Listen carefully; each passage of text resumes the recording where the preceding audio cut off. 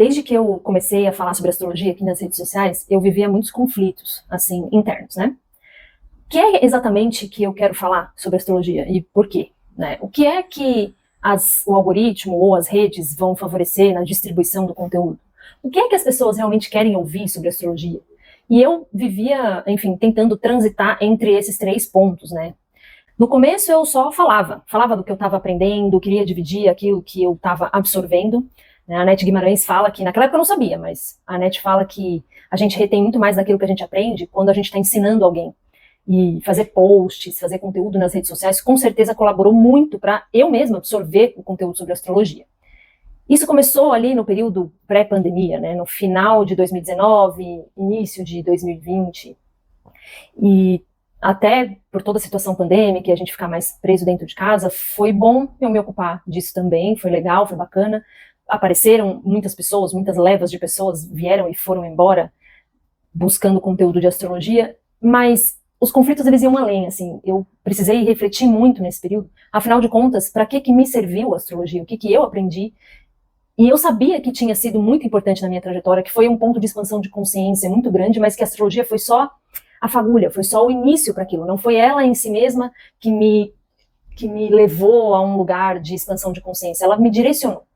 Então, eu fui produzindo conteúdo, né? Primeiro eu falava sobre os signos, depois eu fui falando sobre trânsitos um pouco, então quando a Vênus entrava num signo, quando o Mercúrio ficava retrógrado, eu fazia posts refletindo sobre o que aquele signo, o planeta e aquele determinado tempo poderia significar para nós como coletivo, né?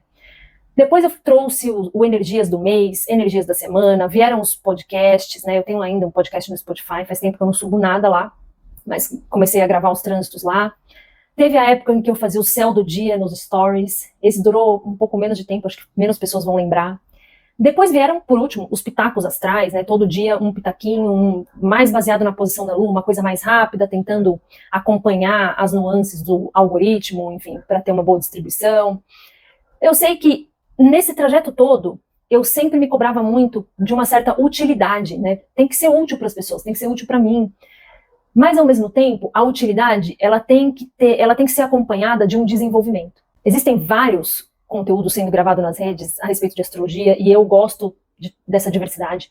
Existem pessoas super sérias, que falam de astrologia bem tradicionalmente, de forma bem esotérica, bem hermética, né? Ainda bem focada numa astrologia tradicional. Existe gente falando de astrologia de uma forma quase que como coaches, né? Direcionando as pessoas para cocriar uma nova realidade a partir da correspondência com os astros. Existe quem produz conteúdo de forma super leve e cômica, e de alguma forma todo mundo aprende um pouquinho com essas pessoas, né? E aí essa eu acho que é a beleza da gente tentar não ficar todos iguais, mas sim cada um falar da sua própria maneira. E para mim, olhando tudo isso e refletindo sobre tudo isso, me veio a inspiração no final do ano passado do Bússola Cósmica. O que seria o Bússola Cósmica, né? Eu me inspirei um pouco nos navegadores portugueses, né? Na verdade, os navegadores europeus, que, claro, independente do que eles fizeram, aonde eles chegaram a algum lugar, né? Eles se permitiram guiar pelas estrelas e, sendo guiados pelas constelações, eles alcançaram novos patamares, eles chegaram em novos locais.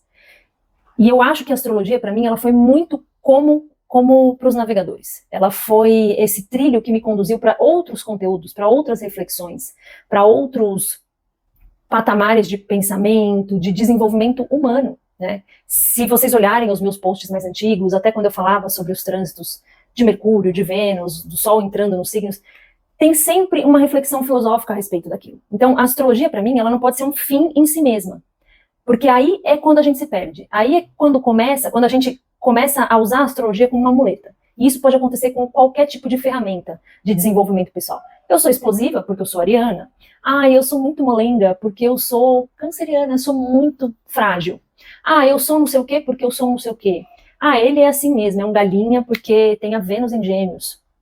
Coitada da fulana, nossa, tem a Vênus em Capricórnio, não vai nunca casar, não sei o quê. Entende? Isso, nós não somos animais de raças que a gente cruza para ver no que dá e se vai dar certo ou não dá. Nós somos muito mais complexos do que isso.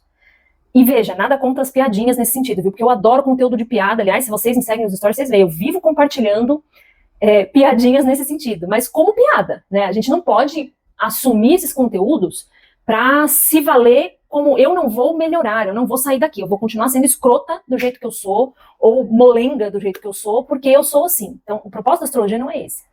Eu sempre converso muito com as pessoas que às vezes me vêm fazer perguntas, que fazem mapa comigo, e elas falam, tal ponto que você falou eu não me identifiquei.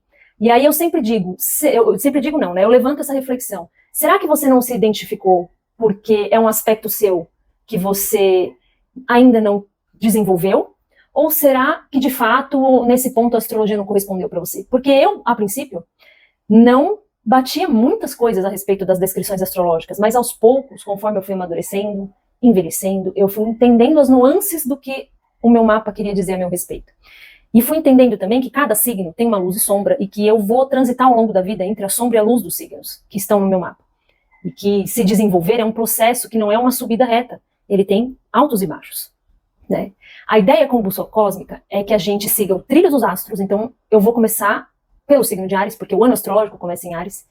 As trocas de signos acontecem entre os dias 19 e 22 de cada mês, então também não é o calendário não é o mesmo que a gente usa na nossa rotina civil, é o calendário do céu, é o calendário da natureza, que eu vou trazer aqui. Então, quando entrar em Áries, nós vamos falar, claro, do básico da astrologia a respeito de Áries. Que signo é esse? Qual o elemento dele? Quais as características? Vou falar sobre todos esses pontos, né? Como aproveitar a energia do Sol quando está transitando por Áries dentro de uma casa astrológica do seu mapa, para quem já sabe onde tem Áries no mapa. Enfim, também vou gravar um vídeo explicando o que são... Eu já tenho um vídeo aqui explicando o que são casas astrológicas, tá? Nos meus Reels antigos aí, tá? Quem quiser dar uma olhadinha, depois eu compartilho aqui de novo. Vou falar sobre esse clássico de astrologia, né? Para quem quer aprender astrologia, quer conhecer um pouco de astrologia. Mas eu também vou falar sobre as características de Áries, porque para mim a astrologia ela tem que ter um fundo filosófico, ela tem que buscar desenvolver a cada um de nós, né?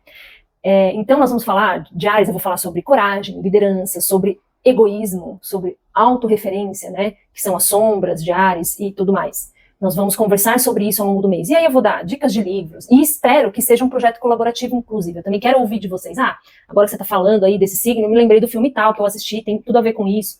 Me lembrei de coisa tal, e a gente vai trocando a respeito disso. E a ideia é que a cada signo, a gente saia um pouquinho melhor naqueles aspectos que o signo trabalha, a gente saia no fim daquele ciclo um pouquinho melhor do que a gente entrou. Todos nós, a começar por mim mesma, entendeu? Eu acredito também que a gente está cada vez menos conectado aos ritmos da natureza e que isso está destruindo, inclusive, a nossa saúde mental. A nossa saúde física, a nossa saúde mental.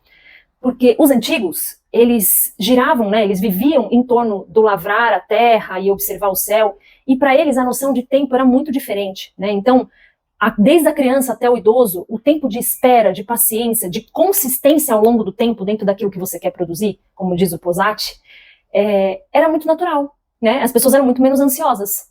Elas eram mais ociosas, mas provavelmente menos ansiosas, né?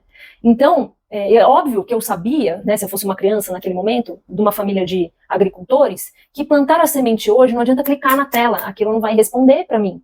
Existe um tempo, existe uma natureza, um ritmo. É muito curioso, num vídeo do Posati chamado A Sociedade do Cansaço, tá no YouTube, dá uma procurada lá. Ele fala que feliz, a origem da palavra de feliz é félix, que significa, entre outras coisas, fruto. E fruto, ele só vem a seu tempo.